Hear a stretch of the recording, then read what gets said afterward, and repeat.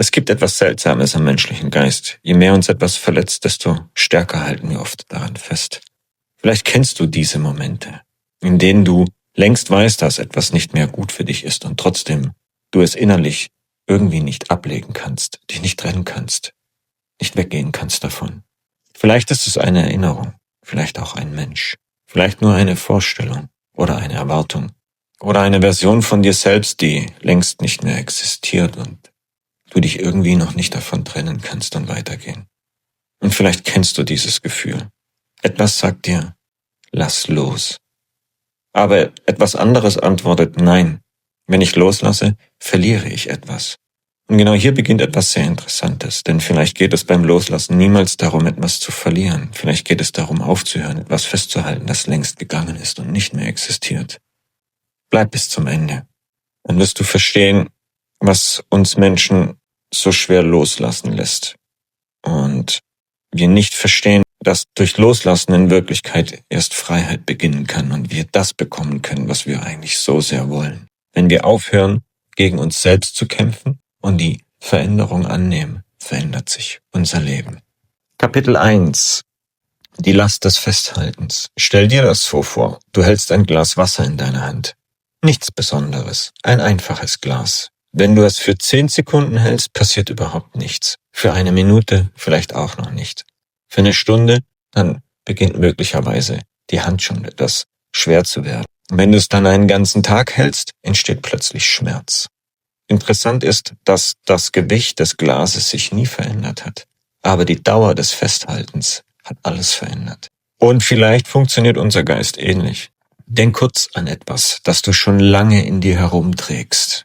Vielleicht ist es ein Satz, den jemand mal gesagt hat. Vielleicht ein Fehler, den du dir selbst immer noch nicht hast verzeihen können. Vielleicht eine Beziehung, die äußerlich vorbei ist, aber innerlich dich noch irgendetwas bindet an ihr und sie irgendwie in dir weiterlebt.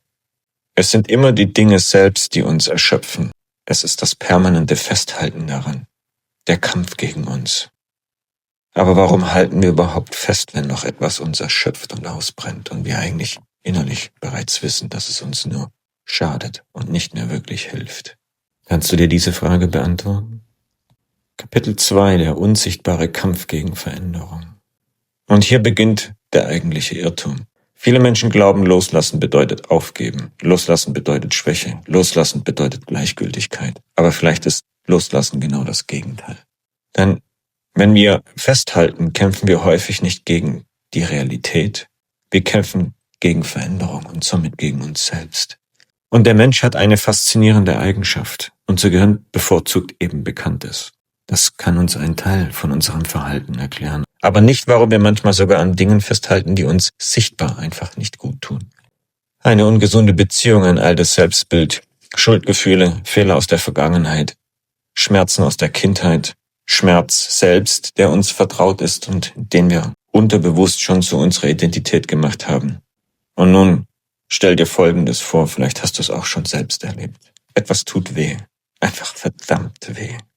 Aber die Vorstellung, ohne dieses etwas weiterzugehen, fühlt sich eben auch noch ein wenig unsicher für dich an. Und hier übersehen wir Menschen eben etwas. Vertrautheit fühlt sich oft für uns sicherer an als die vermeintliche Freiheit und das Lösen. Nicht, weil Lösen oder Freiheit besser ist oder das Festhalten, sondern weil Bekanntes sich einfach für uns besser anfühlt. Wir kennen es eben schon. Und Veränderung dauert und kostet Kraft. Und genau deshalb beginnt Loslassen nicht im Außen, sondern tief in uns, in unserem Nervensystem, in unserem Herzen, in unserem Körper, in der Art, wie dein Gehirn Sicherheit interpretiert und vor allem, wie du darauf reagierst.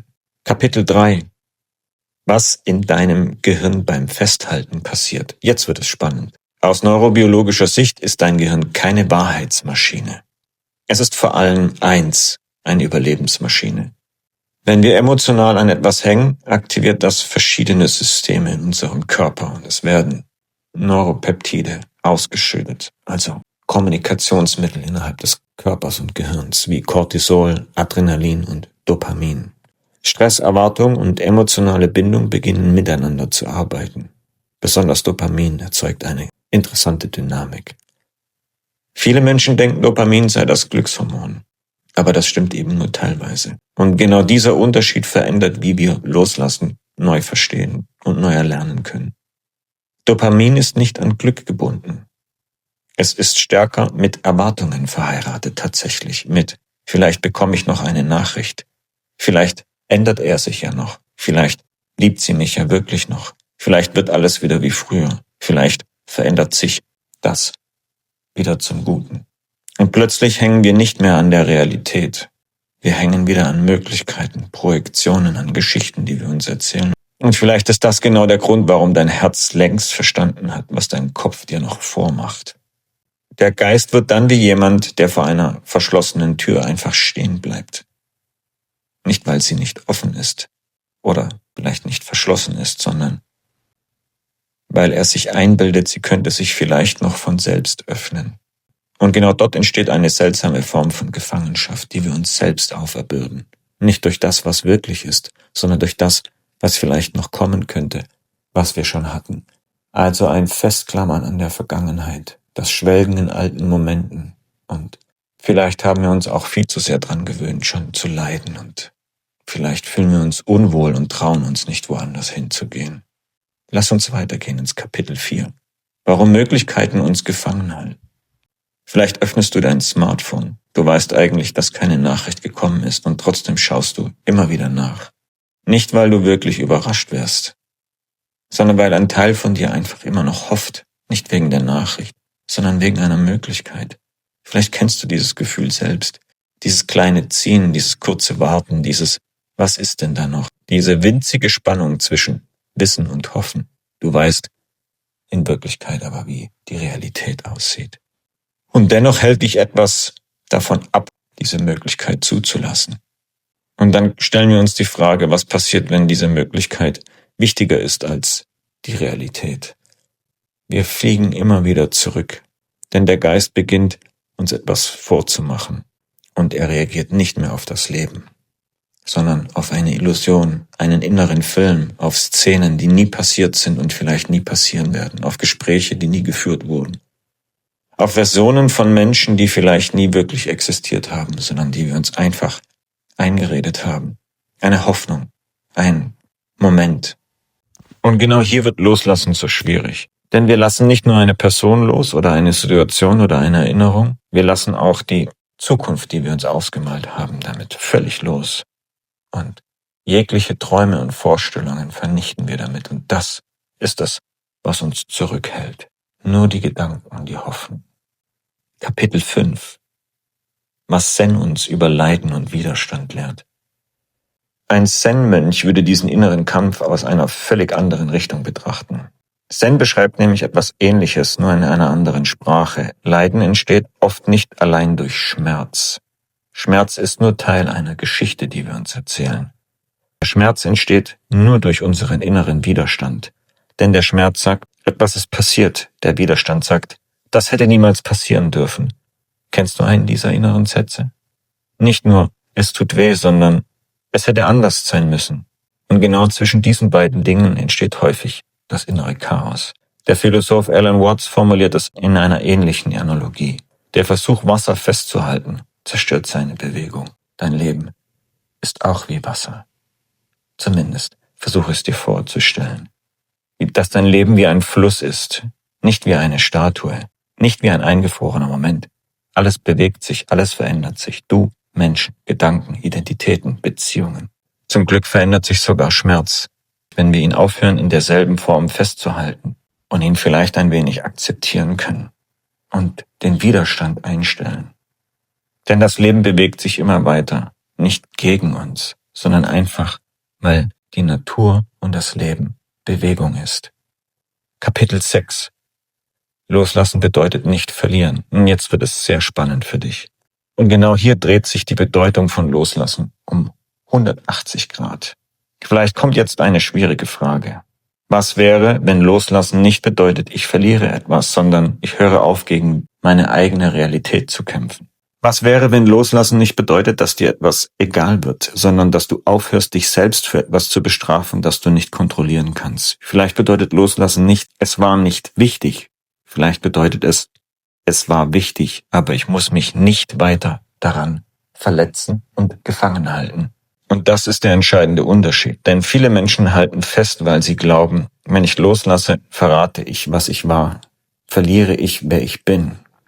Wenn ich loslasse, wird alles bedeutungslos, was jemals gewesen ist. Wenn ich loslasse, verliere ich den letzten Beweis, dass es real war. Und vielleicht schaffe ich es doch noch. Aber vielleicht ist das nicht die Wahrheit. Vielleicht bleibt Bedeutung bestehen, auch wenn Festhalten endet. Vielleicht muss etwas nicht mehr in deiner Hand liegen, um Teil deiner Geschichte gewesen zu sein. Doch wie macht man das, ohne sich selbst zu belügen? Ohne kalt zu werden? Das sind Fragen, die wir uns stellen, richtig? Ohne so zu tun, als wäre alles einfach, denn das ist es nicht. Veränderung kostet Kraft. Kapitel 7. Eine kleine Übung für den inneren Frieden. Und genau hier beginnt sich etwas zu verändern, wenn du es zulassen kannst. Nicht durch einen großen Entschluss, nicht durch einen dramatischen Schnitt, sondern durch einen kleinen Moment von Bewusstheit. Vielleicht gibt es gerade etwas in deinem Leben, bei dem du sofort spürst, worum es geht. Vielleicht trifft all das, was gerade angeführt wurde, in deinem Leben auf etwas zu. Etwas, das du kontrollieren willst. Etwas, das du innerlich immer wieder durchspielst. Etwas, das dich bindet, obwohl es dich erschöpft und auffrisst. Es gibt eine kleine Übung. Sie dauert wenige Sekunden. Wenn du bemerkst, dass du an etwas festhältst, frag dich, was versuche ich gerade zu kontrollieren? Dann stell dir die Frage, kann ich es wirklich kontrollieren? Und danach, was passiert, wenn ich für einen Moment aufhöre, gegen das zu kämpfen, was gerade ist? Und dann achte darauf, was diese Fragen in dir auslösen. Nicht für immer, nur für den Moment. Weil Menschen oft denken, loslassen wäre eine dramatische große Entscheidung und ein wichtiger Schritt. Aber meistens beginnt Loslassen in winzigen Momenten. Ein Atemzug, ein Gedanke, eine Entscheidung. Ein inneres, ich muss das gerade nicht mehr mitmachen. Und nicht ein, es ist mir egal. Nicht, es hat nie wehgetan. Nicht, ich bin schon längst darüber hinweg, sondern ich muss diesen Kampf nicht jede Sekunde fortsetzen und ich muss mein Leben so nicht weiterführen. Und manchmal reicht genau das als Anfang für deine Veränderung aus. Lieb dich selbst wieder. Du schaffst alles. Alles, was du dir einredest, waren bisher nur Gedanken. Kapitel 8. Der Moment, in dem Frieden beginnt. Und vielleicht beginnt Veränderung nicht dort, wo du mehr tust, sondern dort, wo du weniger kämpfst.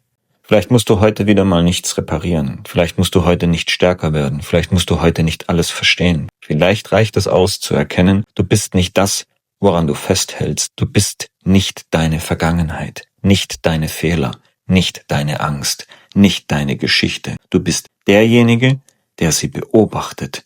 Und das verändert etwas Grundlegendes in deiner gesamten Auslegung und Situation. Denn wenn du etwas beobachten kannst, bist du nicht vollständig darin gefangen. Wenn du einen Gedanken sehen kannst, bist du mehr als dieser Gedanke. Wenn du eine Erinnerung wahrnehmen kannst, bist du mehr als diese Erinnerung. Und wenn du Schmerz spüren kannst, ohne dich ganz mit ihm zu verwechseln, entsteht ein kleiner Raum dazwischen. Hier bist du. Und genau in diesem Raum beginnt Freiheit. Nicht laut, nicht dramatisch, sondern leise. Wie ein inneres Zurücktreten. Wie ein Atemzug zwischen dir und dem, was dich festhält. Und manchmal beginnt Frieden genau dort. Und er kann nirgendwo anders entstehen. Kapitel 9. Öffne langsam deine Hand. Vielleicht ist die Kunst des Loslassens keine Kunst des Verlierens. Vielleicht ist sie eine Kunst des Zurückkehrens. Zurück zu dir, zurück in diesen Moment, zurück in dein Leben, zurück in etwas, das die ganze Zeit da war. Stille. Vielleicht musst du heute nichts erzwingen. Vielleicht musst du heute nichts Endgültiges entscheiden. Vielleicht musst du heute nicht beweisen, dass du frei bist. Vielleicht musst du heute nicht einmal sofort loslassen. Vielleicht genügt es, deine Hand langsam zu öffnen. Nicht als Beweis, dass du fertig bist, sondern als leiser Anfang, wieder bei dir anzukommen. Vielleicht musst du heute nichts lösen. Vielleicht reicht es, etwas klarer zu sehen. Vielleicht verändert Verstehen bereits mehr, als wir tatsächlich glauben. Vielleicht ist das, wonach du suchst, näher als du denkst. Nicht hinter einer neuen Antwort. Nicht hinter einem neuen Menschen. Nicht hinter einer neuen Kontrolle oder einer Angst. Sondern in dem Moment, in dem du aufhörst, gegen das zu kämpfen, was längst nicht mehr in deiner Hand liegt. Schlussgedanke. Mich interessiert etwas. Woran halten Menschen oft fest, obwohl es ihnen längst nicht mehr gut tut? Kannst du mir das mitteilen? Möchtest du mir einen Kommentar da lassen? Und wenn dich Themen zwischen Psychologie, Bewusstsein und innerer Transformation interessieren, Begleite mich gerne auf dieser Reise. Denn manchmal verändert nicht eine neue Antwort unser Leben, sondern nur eine neue Perspektive. Willkommen beim Metamonk.